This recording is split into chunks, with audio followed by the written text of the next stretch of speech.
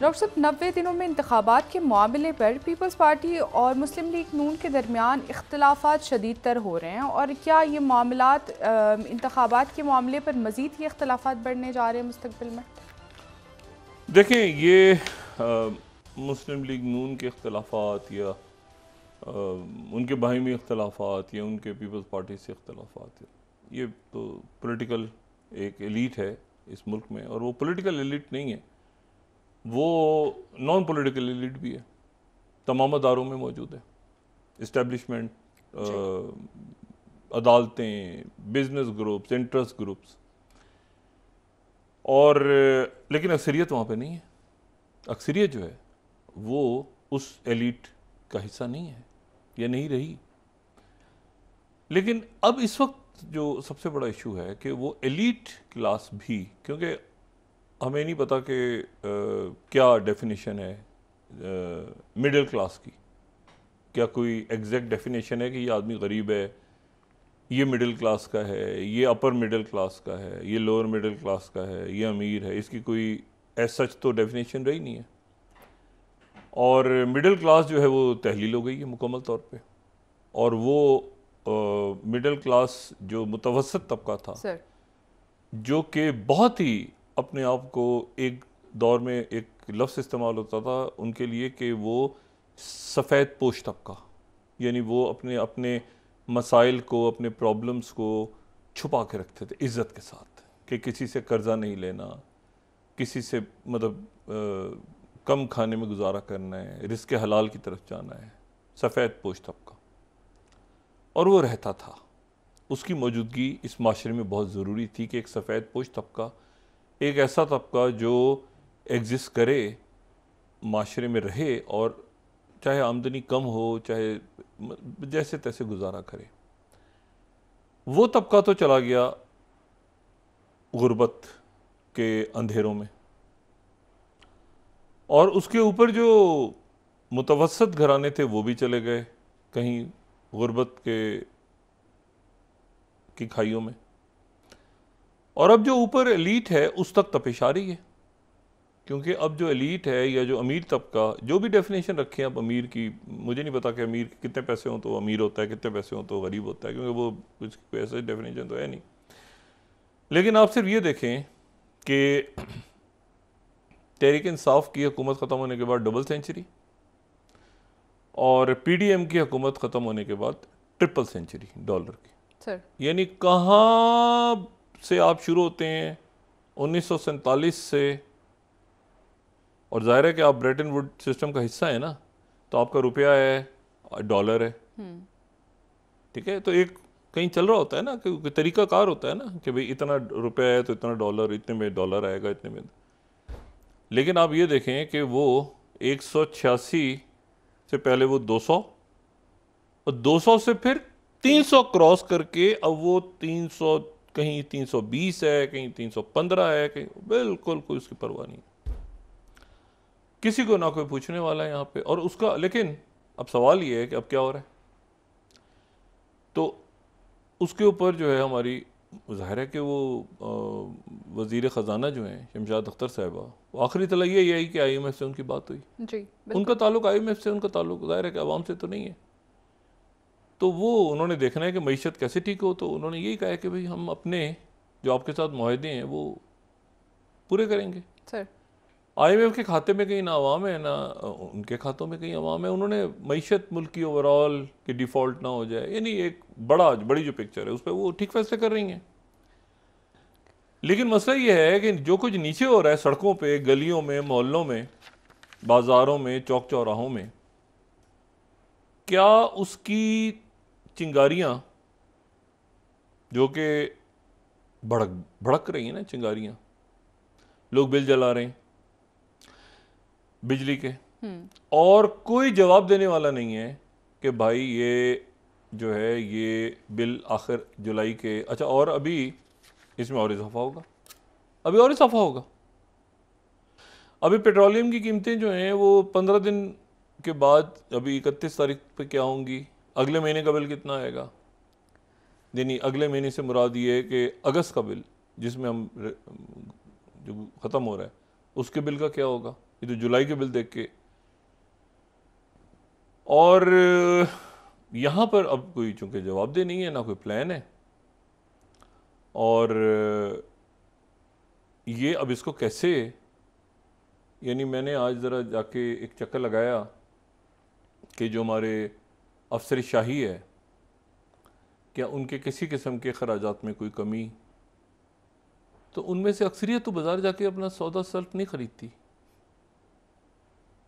वो तो उनका तो मुझे नहीं पता कि क्या हिसाब उनके। अच्छा, और अब ये एक ऐसा इशू है जिसमें ये निगरान हुकूमत जो है वो अब उनके पास कुछ इख्तियारात हैं, कुछ नहीं हैं, कुछ क्या है, क्या पॉलिसी है, क्योंकि अगर वो हैं और इलेक्शन भी नहीं हो रहा, जो कि नहीं हो रहा अभी, अब ये पीपल्स पार्टी और नून के तहरीक इंसाफ के ऊपर बाद में बात करते हैं, बाज़ाहिर तो नहीं हो रहा, ये फटा पड़ा हुआ है कि सदर इलेक्शन का ऐलान करेंगे, इलेक्शन कमीशन करेगा या सुप्रीम कोर्ट वजाहत करेगी इस नुक्ते की।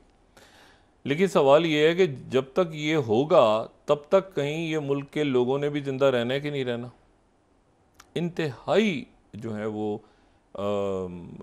एक ज़बरदस्त शख्सियत के हामिल है हमारे जो निगरान वज़ीर आज़म है अनवर काकड़ साहब। अब उन्होंने आज ये कहा कि मेरी ट्रोलिंग हो रही है 2 दिन से, कि मैंने ये बयान दिया था कि जिसको मौका मिले वो नौजवान मुल्क छोड़ के चले जाएं। अब मसला ये है कि बात शायद वो उनका मकसद कुछ और होगा कहने का यकीनन, लेकिन वो बात जिस अंदाज में गई तो वो ट्रोलिंग ही होनी थी, और क्या होना था। मसला ये है कि ये बताएं, एक पॉलिसी पे ज़रा ये वजाहत फरमाएं, इसको इस तरह से बात होनी चाहिए थी भुट्टो साहब के दौर में। भुट्टो साहब ने उस वक्त ये बड़ा तला था दुबई चलो दुबई चलो, ये सारा उन्होंने नौकरियों के जॉब्स के मौके पैदा किए थे भुट्टो साहब ने, कि इतनी जॉब्स हैं, और फिर यहां से नौजवान जाते थे, लोग जाते थे। या स्कॉलरशिप्स होती हैं स्टूडेंट्स के लिए कि आप कहते हैं कि जी हम इतने स्कॉलरशिप्स हुकूमत पैदा कर रही है, और इतने स्कॉलरशिप बच्चे जो हैं, जो हमारे बच्चे इतने नंबर्स लेकर आएंगे, उन बच्चों को हम इतनी यूनिवर्सिटीज़ के अंदर स्पॉन्सर करेंगे। और ये थोड़ा सा जो अपना ये हमारी अशराफिया ने जो लूट मार पहले भी की और अभी जारी है, उसको थोड़ा कम कर देंगे, और अपने बच्चों को वहाँ पर स्कॉलरशिप्स करके उनकी फ़ीस भर देंगे, और फिर उसी बहाने पे उनको दाखिला हो जाएगा, और फिर उसी बहाने कहीं जॉब्स हो जाएंगी बाहर। अब ये आप कैसे कह सकते हैं कि जी जिसका मौका मिले वो तो जा रहे हैं, वो तो कश्तियों में डूब रहे हैं, कोई यूनान के पास डूब रहे हैं, कश्ती डूब रही है। भाई आप हुक्मरान, हमारी जो हुक्मरान क्लास है वो ये क्या जुमला है कि आप बाहर चले जाएं। ओ भाई आप मौके पैदा करें ना। 4 लाख तो पहले ही छोड़ गए हैं गुजरे 7 महीनों में, 4.5 लाख। आप उनके लिए प्रॉपर बात करें। और मैं ये सिर्फ इस हुकूमत की बात नहीं कर रहा, मैं इससे पहले की भी बात कर रहा हूं, उससे पहले की भी आप जॉब अपॉर्चुनिटीज क्यों नहीं क्रिएट कर रहे दुनिया में? क्यों आप स्कॉलरशिप्स पे स्कॉलर बच्चों को जाना है ना, पढ़ने के लिए जाना है। आप कहें कि जी पूरे ये पंजाब से हम इस साल 100 200 300 ये अल्ले तलल्ले ख़त्म करें ना, तरक्याती मंसूबे फलाना डिमाकना, वहाँ एक डोली जो है वो फंसी रही है, वहाँ पर स्कूल नहीं तामीर हो सका, पुल नहीं बन सका। ये अल्ले तलल्ले ख़त्म करके आप कहें कि जी आप 1000 बच्चों को या 100 बच्चों को, हुकूमत आपकी जेब से जाएगा पैसा, टैक्स पेयर्स का पैसा होगा, मगर आप भेजें ना बच्चों को, आप लोगों को भेजें वहाँ जाके जॉब करें और अपनी फैमिलीज को, और बच्चों में मुकाबला पैदा हो। अब आप ये कह रहे हैं कि लोग उठा के चले जाएं, कहाँ चले जाएं? तो इलीगली जाएंगे ना, जिसको मौका मिले वो चला जाए। भाई आप देखें, आप वीजे के लिए आप उनको स्किल्स का बताएं, उनको या तो कोई प्लान बताएं ना, उनको जिसको मौका मिले वो चला जाए। वो तो जा रहा है, कश्तियों में डूब रहे हैं लोग, कोई ह्यूमन स्मगलिंग ना।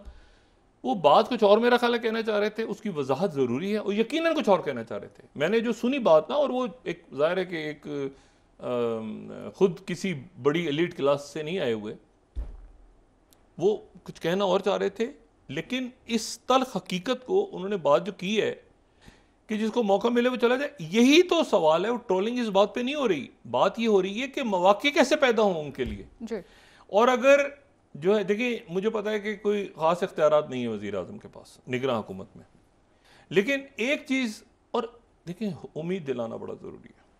ये मेरी गुजारिश है अपने निगरान हुकूमत से कि वो उम्मीद लोगों की मत इस तरह की बात करके, इसमें उम्मीद का ये है कि हम अपने बच्चों को, हम अपनी नौजवान नस्ल को तैयार कर रहे हैं कि वो दुनिया के मुकाबले पे खड़ी हो और उनके लिए ज़्यादा से ज़्यादा अपॉर्चुनिटीज़ बैनुल अक़वामी अदारों में, यूनिवर्सिटीज़ में, कॉलेजों में, स्किल्ड लेबर्स, आपके मज़दूर, आपके जो प्लम्बर्स हैं, आपके बाकी लोग, उनको हम स्किल सिखा के बाहर भेज रहे हैं। और इतने मुल्क से, फलां मुल्क से हमारी बात हो गई है कि जी इतने हम आपको प्लम्बर्स देंगे, इतने इलेक्ट्रिशियंस देंगे, इतने हम आपको स्टूडेंट्स आएंगे, इतने डॉक्टर्स, ये बात फिर बनती है। वो तो लोग तो पहले ही जा रहे हैं। लोग, आप मुझे बताएं ना, लोग तो हर दूसरे बच्चे से, एक बच्चे से पूछे, वो कहता है किसी तरह हमारी ज़िंदगी, मैं कल, यानी मैं क्या, रोज़ यहाँ बात होती है, वो कहते हैं जी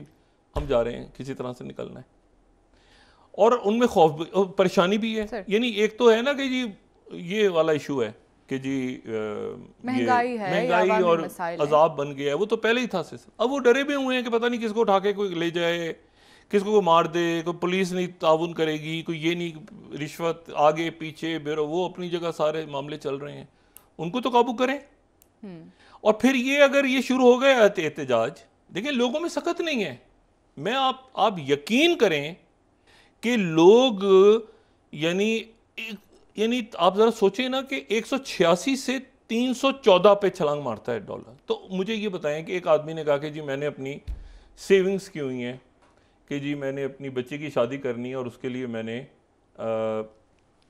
5 लाख रुपए या मैंने 10 लाख रुपए बचाए रखे हुए हैं, सेव करके रखे हुए हैं, 10 लाख रुपए में बच्ची की, या 20 लाख रुपए में। वो जो 20 लाख रुपए में, उसमें से एक चीज़, एक टीवी आ जाएगा मेरा, एक फ्रिज आ जाएगा, ये वो करके बच्चे की शादी करूँ। अब वो जो 20 लाख रुपए हैं, वो 20 लाख रुपए बन गए 3 लाख रुपए। जो सामान 20 लाख रुपए में आता था, वो 3 लाख रुपए में, वो हैसियत ही नहीं रही ना। आप वो टीवी खरीदने जाएं, फ्रिज खरीदने जाएं, ये करें, नतीजतन क्या हो रहा है कि स्मगलिंग बढ़ रही है।